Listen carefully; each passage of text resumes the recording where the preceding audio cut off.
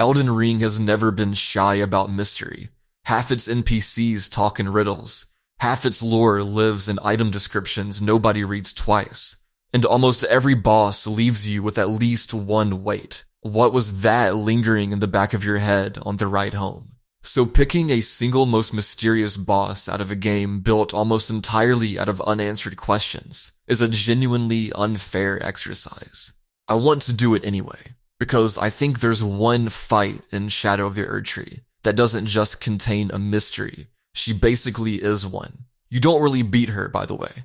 We'll get to that. That's Metyr, Mother of Fingers, and by the time we're done today, I want to have made the case that out of everything From Software has ever put in front of a Tarnished, she's the one we understand the least, even with an entire questline built specifically around explaining her.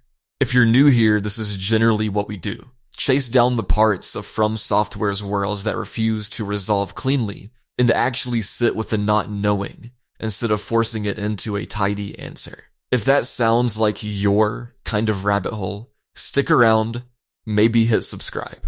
And let's get into why a boss most players speedrun past in under a minute might be hiding the single biggest open question in the entire game. The bell you're not supposed to find. The first mystery about Metyr isn't lore at all. It's logistics, because most players never see her. She isn't on the way to anything. She isn't required for any ending.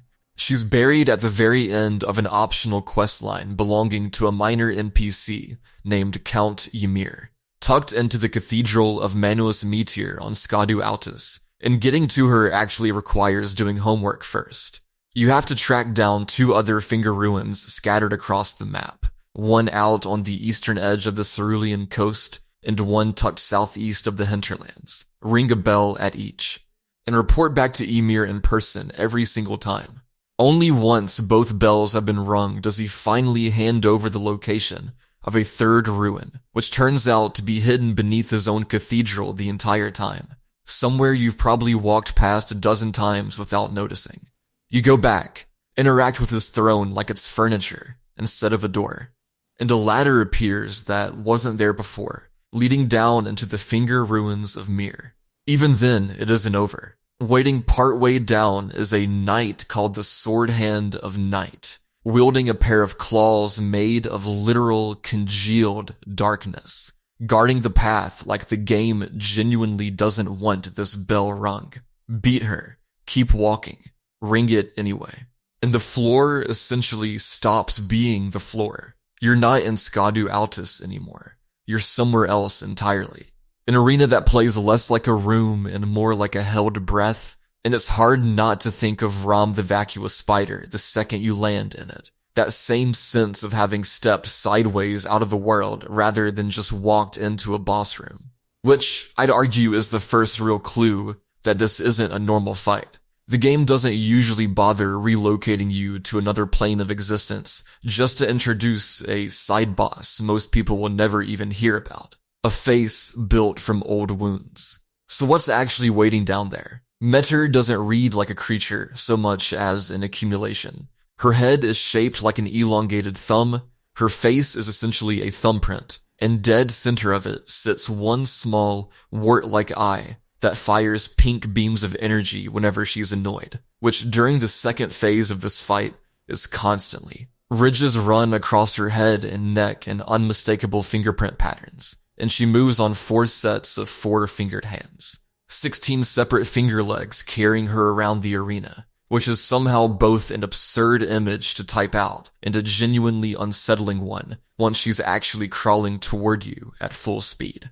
And she's not pristine. She's wounded, visibly and extensively, in ways the fight itself never bothers to explain. There's a deep laceration across her chest.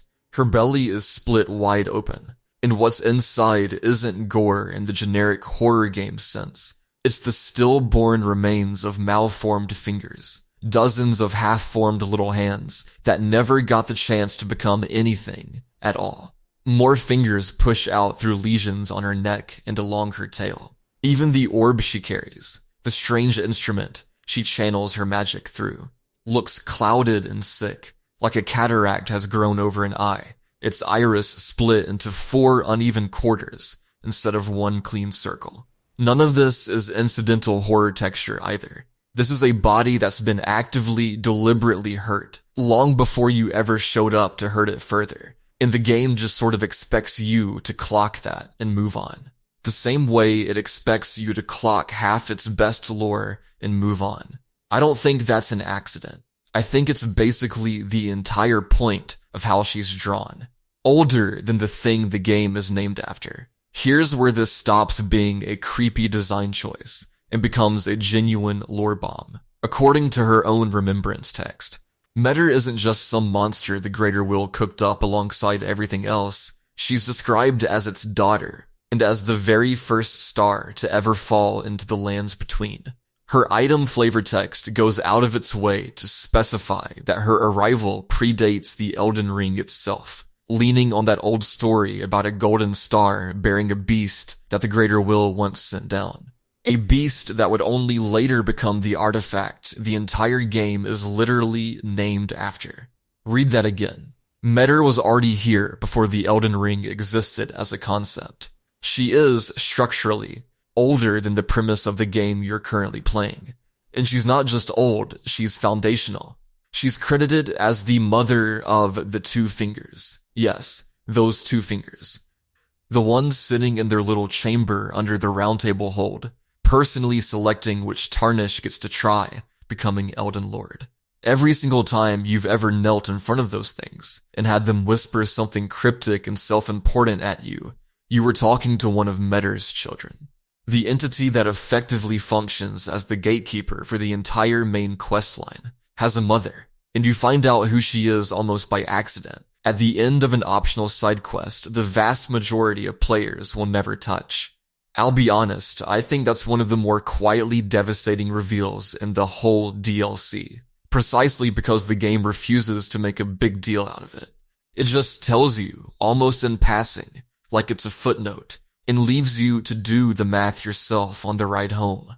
A mother whose job ended. So why is she even here then, if she's this old and this important? This part is purely theory, and I want to flag it as such before going further. But there's a detail from the base game worth dragging into this conversation. 5 fingers, and Elden Ring's own internal logic, get treated as a marker of intelligence. It comes up more than once, usually around discussions of the Omen and the Misbegotten, and what supposedly separates them from true demigods. Given that, one read of Metyr is that her entire original purpose was to seed new life in the lands between, with intelligence itself. Fitting. Considering she's made of nothing but fingers stacked on fingers. Once that job was done, once the 2 fingers were birthed and set loose to do their guiding, maybe the Greater Will simply stopped calling. No further instructions, no follow-up, nothing. Just silence from above and a goddess left alone in a flooded pocket dimension with a damaged eye and a job that technically finished a very, very long time ago. It's a theory, not a confirmed fact, but it would explain a lot about her. Why she's wounded and nobody seems to know or particularly care. Why the Golden Order doesn't reference her anywhere in its official histories. Why an entire optional questline exists purely to rediscover her.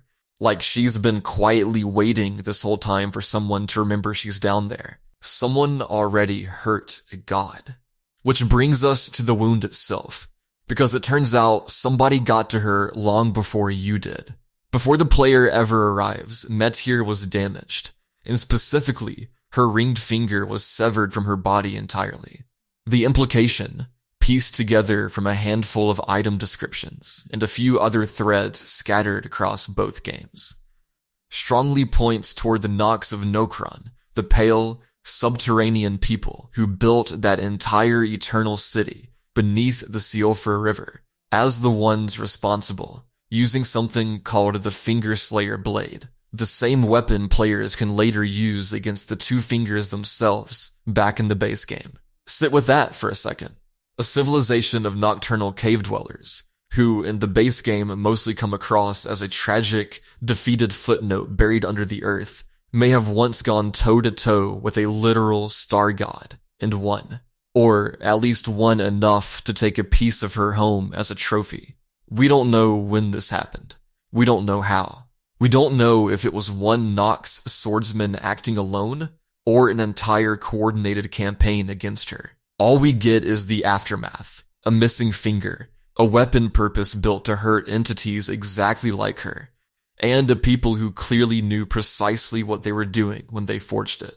It suggests, and I want to stress suggests, that the Nox understood something about the cosmic order that the rest of the lands between had completely forgotten by the time the Tarnished shows up. That the things guiding your fate from above aren't untouchable. They're just old and strong and rarely ever questioned. And somebody once actually questioned one with a blade in their hand. The world already told you she was coming. Here's the part I find genuinely impressive from a craft standpoint, regardless of how you feel about the lore itself. Metyr is foreshadowed long before you ever meet her, scattered across items most players pick up and never think about again. The fingers protruding from her wounds visually echo the festering bloody finger, an item you've probably already used a dozen times by the point you reach her. Her four-fingered hands each look like a pair of two fingers pressed together, which means you've technically been looking at pieces of her anatomy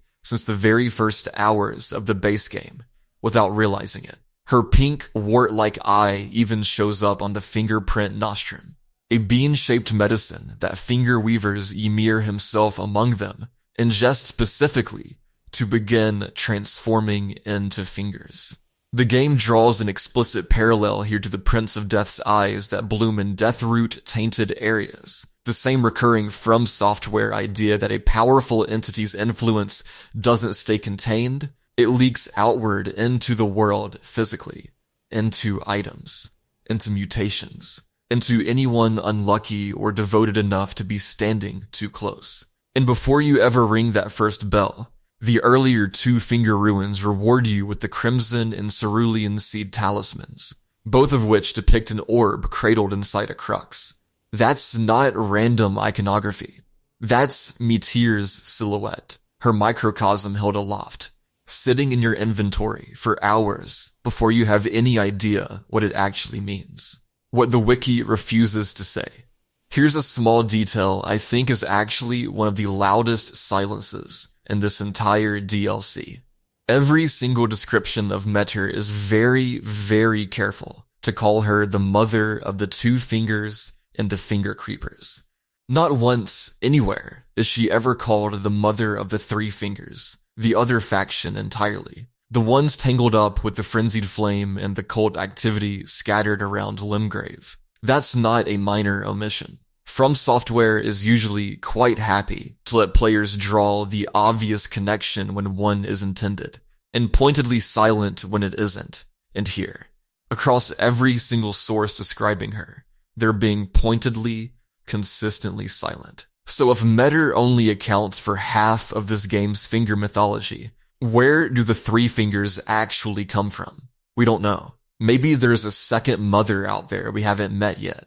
Some equally ancient, equally wounded entity tied to madness instead of guidance. Still hidden somewhere in a corner of the map nobody's fully cracked open. Maybe the three fingers aren't born the same way the two fingers are at all, and the entire framing of Mother is a category error on our part to begin with. I genuinely don't know, and I want to be upfront that I'm speculating here rather than reporting anything confirmed. But the fact that the game goes this far out of its way to specify what Metyr is not the mother of, instead of just staying quiet about it entirely, tells me From Software wants us asking exactly this question, on purpose. Ymir's dead end. It's also worth remembering that none of this happens in a vacuum, because you're only down here in the first place, thanks to Count Ymir. And his reasons for sending you are genuinely sad once you actually sit with them. Ymir isn't doing any of this out of scholarly curiosity. He's trying to use Metyr's power to bring back a dead companion of his named Yuri, essentially attempting a resurrection through a goddess he doesn't fully understand and absolutely does not control. It doesn't work, obviously, because this is Elden Ring and almost nothing ever works out the way a grieving NPC hopes it will. If you defeat Metyr, Ymir's hope is rekindled just long enough to break him completely. The prospect of actually achieving what he wanted drives him mad, and instead of successfully bringing Yuri back, he undergoes a partial transformation of his own, ending up creating more finger creepers, the exact kind of creature he was presumably hoping to move past in the first place. So the questline that leads you to one of the oldest, most cosmically significant beings in the entire game ends with a grieving man failing to bring back someone he loved, and accidentally adding to the pile of monsters instead. Metyr doesn't get a happy ending here, and neither does the person who went looking for her. I don't think that's a coincidence. I think it's basically this whole DLC's thesis in miniature. Reaching for old broken power to fix grief just makes more broken things. A god you're not actually allowed to fight fairly. I do want to talk about the fight itself for a moment, though I'll say up front, I'm deliberately not going to spend time today on build optimization, on exactly which weapon melts her fastest, or which resistance she's weak to on a spreadsheet level. That information exists, plenty of it. And it's genuinely not what's interesting about her. What's interesting is how the fight is designed to make you feel small in front of something old. Phase 1 has her crawling and firing that eye laser at you, and you're meant to stay in front of her, because she actively punishes anyone who tries to flank. Phase 2 is where it stops being a fight and starts being a demonstration. She summons her own damaged microcosm and starts channeling gravity magic through it. And she takes to the air, which for a lot of melee builds turns the back half of the fight into mostly waiting and hoping. One of her signature moves even has a name worth knowing, Kowtower's Resentment, where she raises her head until it starts glowing and then slams it into the ground. And after a beat, the earth itself erupts along 7 distinct lines, radiating outward in a cone. It's telegraphed just enough that you can either thread the gaps between those lines or roll in close before it actually detonates. But it's the kind of attack that makes the whole encounter feel less like combat and more like getting too close to something that was never built with you in mind. And then there's the part that I think actually seals everything we've talked about so far. When you finally beat her, Metyr doesn't die the way every other boss in this game dies. She doesn't ragdoll, she doesn't dissolve into light, she doesn't even really fall. Instead, she disappears into the microcosm, into that same orb she's been holding the entire fight, and is simply gone. The game is being weirdly, deliberately specific about this. Other bosses fade away. She withdraws. One write-up covering this fight put it about as bluntly as it can be put, you don't actually kill her. Whatever Metyr is, she survives this encounter in some form we're never shown, retreating into the same cosmic instrument she used to fight you with in the first place. You get a remembrance, you get to trade it in for a weapon or a staff built out of pieces of her. And the game treats that exchange like victory. But if she's not actually dead, what exactly did you win? Where did she go? Is she still out there somewhere, in whatever space the microcosm actually leads to? Quietly watching the children she gave birth to keep doing the exact job she apparently started long before any of us showed up? We don't get an answer. We just get an empty arena and a staff fashioned from her own tale. An old god from a different game. It's also worth saying plainly, Metyr doesn't really look like she belongs in Elden Ring. She looks like she wandered in from Bloodborne. The fronds, the tentacle-adjacent silhouette, the cosmic eye motif, there's a real visible kinship to Ebrietas, daughter of the cosmos. Right down to the way both of them frame their divinity as something closer to biological infection than royal bloodline. The arena itself, that pocket dimension lake you fight her in, plays almost like a direct echo of facing Ram the vacuous spider, another creature that technically serves something bigger than itself, while looking like an absolute nightmare doing it. I don't think that's just a reused asset coincidence. I think From Software is using Metyr to quietly tell us that the greater will, the cosmic force that put Marika on the throne in the first place, operates on the exact same logic as the Great Ones, back in Yharnam. Alien, incomprehensible, technically benevolent if you squint hard enough, and almost entirely indifferent to the individual lives caught underneath it. The Elden Beast gets to look serene and majestic because it's the version of this cosmology the Golden Order actually wants you to see. Metyr is what's underneath that polish, wounded, grotesque, half-forgotten, doing the actual unglamorous work of birthing the things that decide who gets to rule. She's the unfiltered version of a god, and I think that's deliberately, intentionally uncomfortable. Marika's hands. Which leaves us with the question I genuinely can't shake. And I want to say up front that this part is theory, not lore, before we go any further into it. In the opening cinematic, when we see Marika pulling threads out of something half hidden in the dark, the camera never confirms what that something actually is. It's vague on purpose, the way Elden Ring's openings always are, deliberately withholding context until you've earned enough of the game to fill it in yourself. But knowing what we now know about Metyr, that she's older than the Elden Ring, that she's the literal source of the two fingers who anoint every Elden Lord, that she's already wounded and disconnected from the greater will by the time the player meets her, it's hard not to look at that scene again and wonder if we already saw, in the very first minute of the game, the exact moment Marika broke her. If that's true, it would mean the entire premise of the game, the Elden Ring, the Shattering, the whole succession crisis that kicks off your entire playthrough, was built on something Marika personally pulled apart with her own hands. It would mean that the first envoy of the Greater Will wasn't just damaged by some forgotten ancient war with the Nox of Nokron. She may have been damaged by the same hands currently nailed to the Erd tree above your head right now. We don't have confirmation either way, and I want to be clear that this is exactly the kind of theory From Software loves, leaving just out of reach, close enough to feel inevitable and far enough to never actually prove. But it's the reading that makes the most sense to me, and it's the reason I think Metyr isn't just one mystery among dozens in this game.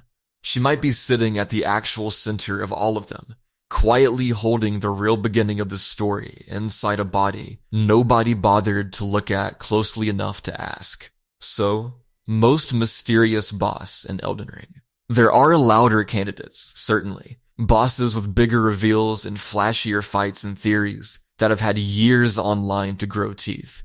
But none of them are older than the artifact the entire game is named after. None of them gave birth to the thing that decides your fate before you've taken a single step outside the round table hold. And as far as anyone can tell, none of them actually die when you beat them. You just watch her go somewhere you can't follow, holding a wound nobody's ever fully explained. On the same night, you find out the gods running this entire story might be exactly as broken as everyone underneath them.